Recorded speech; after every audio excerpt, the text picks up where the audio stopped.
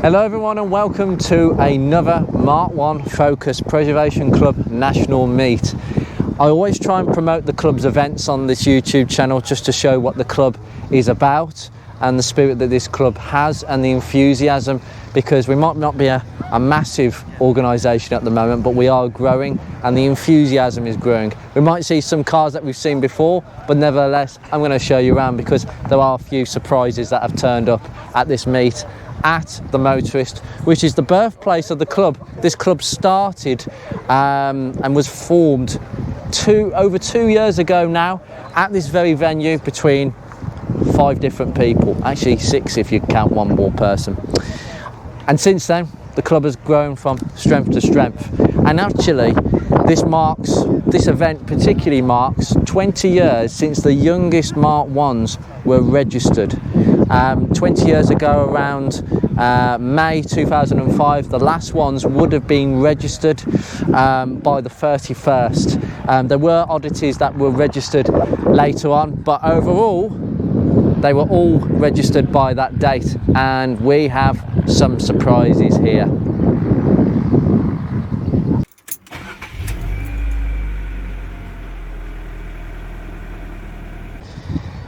We can see we're right at the back of the Motorist. Actually, there's the front, and we've been put at the back with a couple of nice lines. Odd Fiestas turning up. We've got members who haven't got a function in MK1 at the moment, ready for a journey. So we've got a couple of Fiestas at the front. Now Mr. Ink, flying the flag as always, looking really good. Has had a lot more work done to it. I will cover that in future episodes, but safe to say that the versatility pack has been put to its most extreme today. I've carried an awful lot, and that 40-20-40 split rear seat, that is invaluable. Why was that never a standard thing? I think that's criminal that MK1s did not have that feature on every model regardless of specification. Right, so hello chaps, all good? Everybody's chilling out just in front of this gazebo. We have got a new club gazebo that I've done up with a banner to show what we are, celebrating Ford's design classic, because there's no other term that can describe this car other than a design piece that is absolutely timeless. Lovely. You can actually reveal the wind has been blowing this gazebo this way, and it's possibly because, yes, Andrew Gill's Focus, he's been slightly revealed here, so I suppose it's only good of me to pull the zip. Right, we'll come round the other side, actually we'll come round the back side while the flag is actually being pushed against the car. So it's got the earlier style cam cover here, so don't be confused actually. This is not a silver top Z-Tech, but it is wearing the earlier cam cover, quite interestingly. As we veer over here, we last saw this car this time last year at that very event at the Motorist, the first national meet we had. Our national meets are where all our members can join from all over the UK, and we call as many owners as possible to join, and we have quite a few number of cars that have turned up today. No roof bars. He removed the roof bars from last year just for today, so it didn't have the roof bars with him, but he uses this all the time, and he hasn't had many issues with it so far. Then we have a new addition. Jason, who I bought Mr. Ink off, has been at it again, and he's bought his third MK1 Focus, a pre-facelift Y-Reg gear. Wow. Wow. A pre-facelift gear saloon interior. Now, I've mentioned this before about the ruffled leather. Now, this is what we call the ruffled leather. This is the same type of quality leather that they used in Ford Scorpios especially, and a few other Fords at the time, mainly Scorpios. But it's quite crinkled and it's quite deliberate. It is very, very soft and supple. There is a massive difference. I think the facelift leather seats are very, very hard leather in comparison. This feels something that you may find on a Rover of the same age. I wouldn't say it's the most quality of hide, because Ford have never been amazing with leather materials or applying quality leather materials, but this is really nice. It's really supple. I'm really pleased to show you that. This is a 2 litre, by the way. So a 2 litre gear on a pre-facelift, you'd have had alloy wheels. If this is a 1.8, you'd have trims, and that would be David Harding's car, which is over there.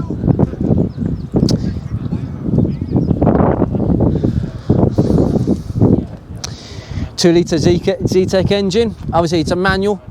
Jason, as I say, loves his toys, and he bought this for £500. I just love the strip at the front here. It does need a lot of work, like they all do, but wow, this has it in abundance. Oh, you're joking. Cruise control again. Wow. You can say that Jason likes his toys. I didn't actually even spot it had cruise control. Amazing. I did also tell you that obviously this is the midnight black interior with the slightly different sort of ash console. Facelifted cars did not get this. It was like a sort of darker ash to the trim. It's a different sort of style of grain because it's a CGI computer design, of course, but that looks really nice, actually. Very honest. It does need a little bit of work, as we all know from these engines. One interesting note is that the earlier style caps, which is a more of a clicky clunk sort of cap, it's quite stiff, actually. I don't want to pull that, but that's just the earlier cap that they would have changed. The earlier coolant cap as well is something that was noted. There's no actual difference between the two of them. They're interchangeable. You can use this one on any Mark 1 Focus. It's just these you cannot get hold of anymore, as far as I'm aware. Might be wrong about that, but what a lovely addition that is. As I say, a 2 litre gear. Really, you could class this as a Gear X, but they should have called it a Gear X, because a 2 litre gear is a completely different beast. And unlike David Gill's car, roof bars, genuine roof bars, maximum of 75 kilograms, please, is installed. Next to a more conventional 1.6 Adam Joe's 1.6 LX that won the trophy for car of the show at Knockhill. That wasn't revealed. I do apologise actually for the missing picture there, but we will correct that later on in this video. But we awarded Adam and his car that glass trophy for car of the day at Knockhill simply because he has attended every single event. As soon as I announce it, Adam is the first one to put his hand up and say I'm going, regardless of distance. He's booking hotels immediately, and we have to recognise that. That's the kind of enthusiasm that really kicks this club forward. It's everything this club is. So well done, Adam. Just a little bit of recognition for yourself and for your lovely car. An LX, a 1.6 LX, you know, a car that could be easy missed because it's not a poverty spec CL that could get attention because it's got nothing to it, effectively, no toys, or missed because it's not a Zetec or top of the range gear, etc. LX is a bit of a it's one of them not quite cars, but you do get with an LX air conditioning, which on a Zetec is not forthcoming, not unless you had a climate pack. Next to Michael's Zetec collection, now we saw this last year, and this also won the car of the day last year for its amazing condition, and Michael wants me to point this out. New drums fitted at the back, 100%. Nice to see some new drums, and please paint them because they flash rust very, very quickly. But it's a completely stock car from the factory. In fact, if I just show you underneath, wow, original and tidy. It probably will need a few things done, suspension arms, etc., but it stands very original. Then we have a nice addition. Now this is Alan's ST170, and we saw this again at Knockhill. It is in a state of transformation at the moment. He's just starting to get to grips with a few little jobs here and there, but it's a very, as I said at Knockhill, it's a very honest example. It just needs fettling, and he's already started with a few works, particularly gear cables. I think was a bit of a problem actually, getting while the bushes and changing some of the cables. Tricky job, but overall it's in really good condition. You've got obviously the half level waffle ST170 seats. He did point out that the door card has been prized by somebody without trying to get the screws undone. I don't know whether, and I've seen this before, where the locks can stop working on certain doors, so you unlock the car and the door is still locked, so the only way of getting in is by damaging the door card to get at the mechanism to open the door, basically. I can only assume so, because there must have been something wrong with the release handle, and that wasn't releasing the door, so it's possible. But also, some plain idiot probably didn't even realise that it was that. So door cards for 3 doors are quite difficult to obtain. But no, nice to see, really nice. Thanks for joining us, Alan, today, seriously. Then we have a completely new car to this group. Chris Lavish has brought a Zetec along to the party, 1.6. Yes, it's got the same wheels that Craig fitted to his. These have gone around a few times. SI wheels from the 90s. And it has had a few things done. You've got the sort of collection mesh grille, special limited editions, Ebony's, they had them. There's a few others that had this grille, silvers, etc. But Moondust Silver, again, like this car. In fact, we've got 3 Moondust Silvers all in a row here. This is his main car. He's caught the Mark 1 bug like myself. So this guy, he has a 2-litre Zetec ESP with about 20,000 miles on the clock, and he's keeping that in the garage. It's his nice car. This one is so he gets his kicks, and what a car to buy, what an absolute bargain. He's changed a few things like the indicators. That's a very common thing to do and quite a smart thing to do, to be honest, if you don't like the orange indicators from the factory. Really nice to see. And hello, sir. We're going to say hello. Right. You good? Yeah? I'm good. How are you, all right? Yes, I'm not too bad. Just admiring your wonderful car, sir. Yeah. This is obviously one of 2. One of 2? Yeah, so this is the 1600 of course that I've got. Yeah, I've just... this is my daily, and yeah, at home is my 2-litre Zetec, and yeah, I've got 20,000 miles at home. I was right, I just said 20,000 miles. Yeah, the one at home is 20,000 miles, so you'll be seeing that in a show soon, yeah, hopefully, but not yet. Needs some work. Fingers crossed. No, seriously, that's a very rare car. Well, thank you so much for bringing this, my friend. Welcome. Honestly, You're welcome. Yeah. Always. Welcome. Thank you. Now, next door we have another new car that you have never seen before. Now, this is owned by a young guy called Kieran, who has just recently joined the club. Now, Kieran, remind me, what spec was this? Well, is it? I should say. 5-door flight. It's a 5-door flight. Wow. Now it looks like an ST170 with the 1.6 badge. You've done a good job, because I had to think for a second what. Oh yes, I can tell actually, because you've got the Araya trim on the inside of the seats. You changing the seats at all? Comfy, but I'm thinking about maybe just going back to original, because ESP alloys I had them before, but I do want to get on our set. Maybe 16s if I can find them, but you will get them. ESP 16s do come up, but you just have to wait very patiently. Well, most likely they'll need a refurb. And any wheels you buy, yeah. No, seriously, really nice to see this. Honestly, flying the flag, and he's actually had it framed. I can't argue about that. And he has bought the launch 3D interactive game CD. I've got one myself, and I've yet to try it out actually.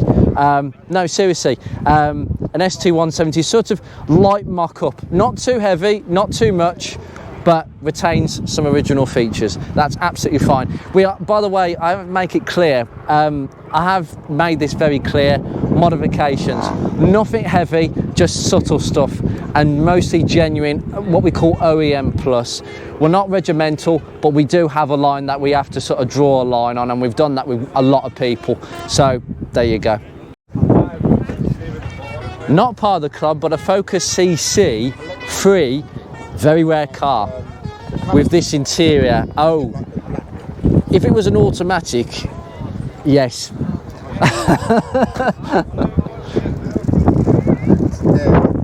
Now, this is Andrew Halliwell's Focus 2 litre. Oh yes, in Neptune green, very nice colour. Obviously being a 2 litre gear, obviously lovely alloys, and you get a look. By the way, gears of this age would have alloys. If on a facelift, you would have alloys on the 1.8 as well. The 2 litre, you got a lot of toys added in, okay? Digital climate control being one of them as well. There was a few other little toys here and there that you got. This is in really good condition and it drives it fairly reasonably actually. It's one of those cherished cars, just cleaned up the leather interior, the full beige leather interior. We've got a few beige leather interiors and the sunroof. Very, very rare addition. This has been one cherished car, and this was registered at Bristol Street in Bromley. Oh, it's still showing the original plates there. That's really cool. Mark 6 Fiesta. Now, this is not part of our club, but it is owned by one of our very well-known moderators, Matthew. And I'll tell you something. Matthew has an Ebony, which is in a state of restoration, and it will take a few years, put it that way. But he's getting there, and he will get there. This is the tidiest Mark 6 Fiesta I have ever seen. I'm sorry, I just have to show you. It's got this sort of this is the intro trim on Mark 1s. This is known as the intro trim. It's quite a cheap material and it's got some holes going on. But I tell you what, this has not got a patch of rust on it. It's had welding at the back because obviously it's a known thing where the axles just tend to fall off these if they rot off. So it's had the welding done in one place, but apart from that, to have it strengthened, it's completely original. Look how tidy this is. Duratec engine, either 1.25 in this or 1.4 for sporty upmarket models. How tidy is that? Lucas battery, very much approved and quality checked. So you know what, carrying on that Ford Edge styling a little bit further. Not everybody likes them. I think they're going to be incredibly rare in the future. They're incredibly rare now. Most of them are modified complete to buggery. But next door we have some diagnosis going on. Jack Breary is our IT support. He administers, well, will administer the website, and he runs everything to do with our IT requirements. An absolute genius. He does things that I can't even imagine. This is his 1.6 LX. Like I say, run of the bill, not poverty spec, not top of the range, somewhere in the middle. With some extras. On a 54 plate, this should be quite a solid car because 54 plates generally, yeah, this is really solid. And he has removed the carpet liners, very good. And actually, we cleaned and repainted them a bit. No, it doesn't matter. Honestly, mate, it looks really, really tidy as it is. It looks really good. I'm really, really pleased, actually. Got roof bars, genuine Ford roof bars. Again, I like to see that. It was sounding a bit rough just then. Yeah, it does that on startup. No idea what it is. On startup, okay. Might be the idle valve giving in, maybe. You have got 4 scans, so you'll be able to see. I think also PCV valve needs, hose needs changing. PCV, yeah. If there's a slight, all it takes is a slight pin on. What they do is they actually get sucked inwards, but they're not. It's not something I wouldn't be able to tell by looking under the bonnet because it's such an inaccessible place. That's why I haven't done it yet, because I've got in. Ignore the rubbish. In the back a PCV valve. Nice. So, just in case it pops off on the journey. Well, I got it and then just never got around to actually installing it. So cracking. Honestly, really nice to see this. Cherished car, really nice. Makes it confusing.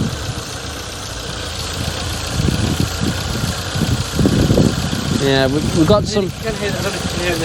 There's some hunting issues, yeah. Slight popping noise, kind of like a bubble. Yeah, there is some hunting issues going on here. Probably maybe the breather hose, but as I said, I think all this has got to come off. New gaskets.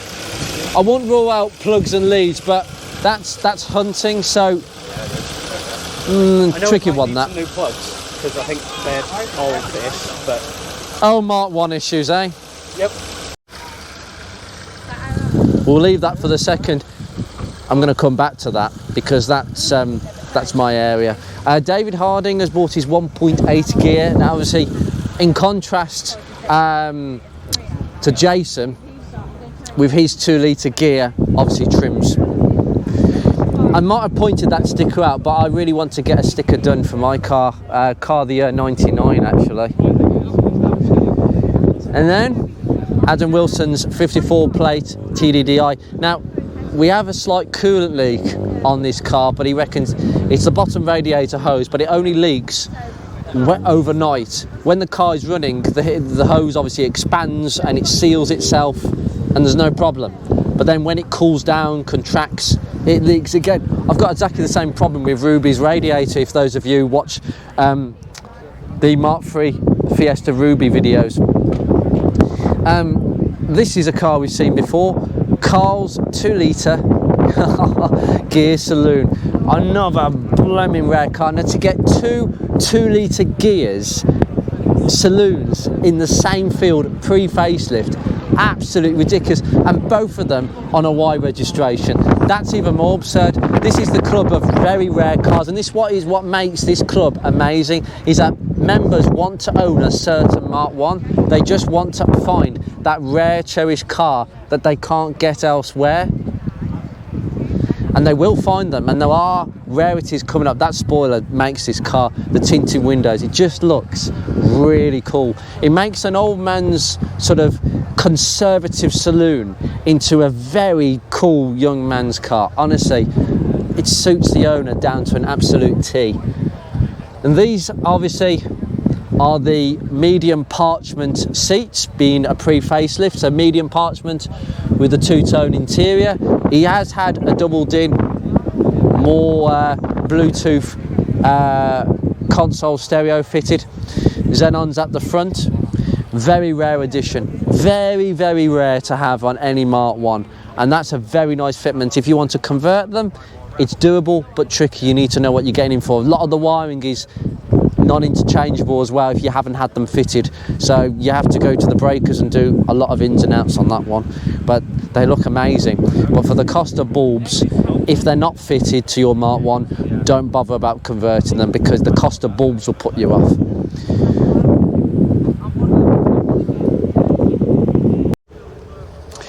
This is a Mark 1 we've seen once before on the channel, and I've seen at a local breakfast meet that I host in the Midlands for Midlands members. This is an amazing car.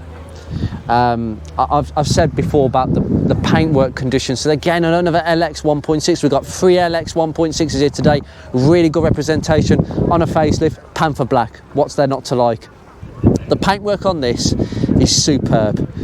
50 Shades never had paintwork as good as this. This looks as if it's been resprayed. There are no scratches and perforations and reactions. And this car is outside. This car is used. It's just ridiculous. And I think the fact that it says this on the registration plate indicates to me that this was given a little bit more detail in the paintwork area than if it was registered elsewhere. I don't know what's going on here, but I think the HT leads, yeah, this is what happens with aftermarket HT leads. They're too long and they don't fit properly. I'll see if I can give the owner some links to get some more tidier ones if they want. Lovely Mark 7 Fiesta on a 16 plate, owned by Alex, who is an admin of the group. So no, seriously, really nice car. He's Mark 1. He's having a lot of work done at the moment, and it will be coming back next month. Obviously, Mustang gets a lot of attention through the interestingness of the interior. The flag hasn't blown away. Fantastic. Now this is the last car that I'm going to come to today. Dave's Focus Silver. Would you believe it? This car that I did videos on in the early days, just showing you the restoration as it was proceeding, thanks to all those lovely pictures that Dave was giving me. He has gone through absolute hell to get this car back. It's been off the road for a few years now. Every day after work, he puts 1 hour work in, and aside from balancing car with work, with family, a young family, he's managed to turn this round into the best Mark 1 you could possibly imagine. And you can see it all in the flesh.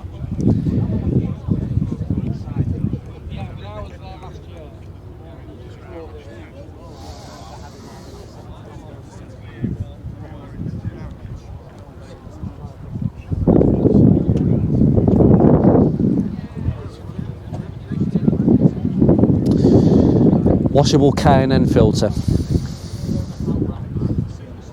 Just beautiful.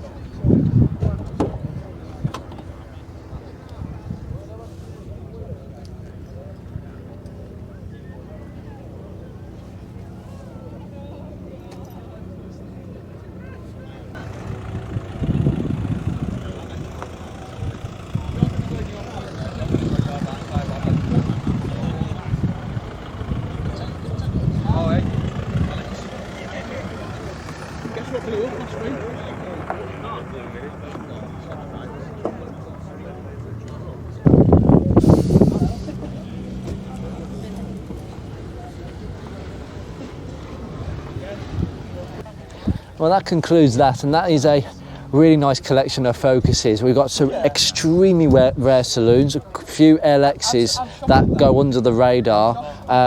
This load lugging thing, I don't know what I would do without this. It's going to be a bit of a problem with 50 Shades, because 50 Shades is certainly not this versatile, put it that way.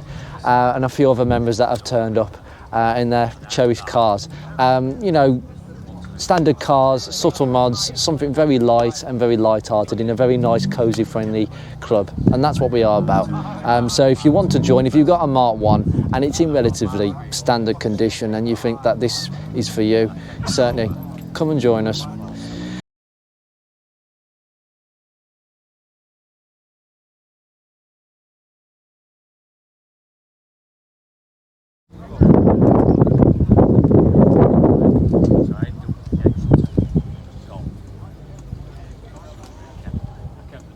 Away from the gazebo.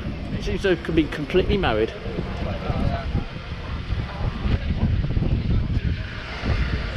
You're not into it. Get out! Get out!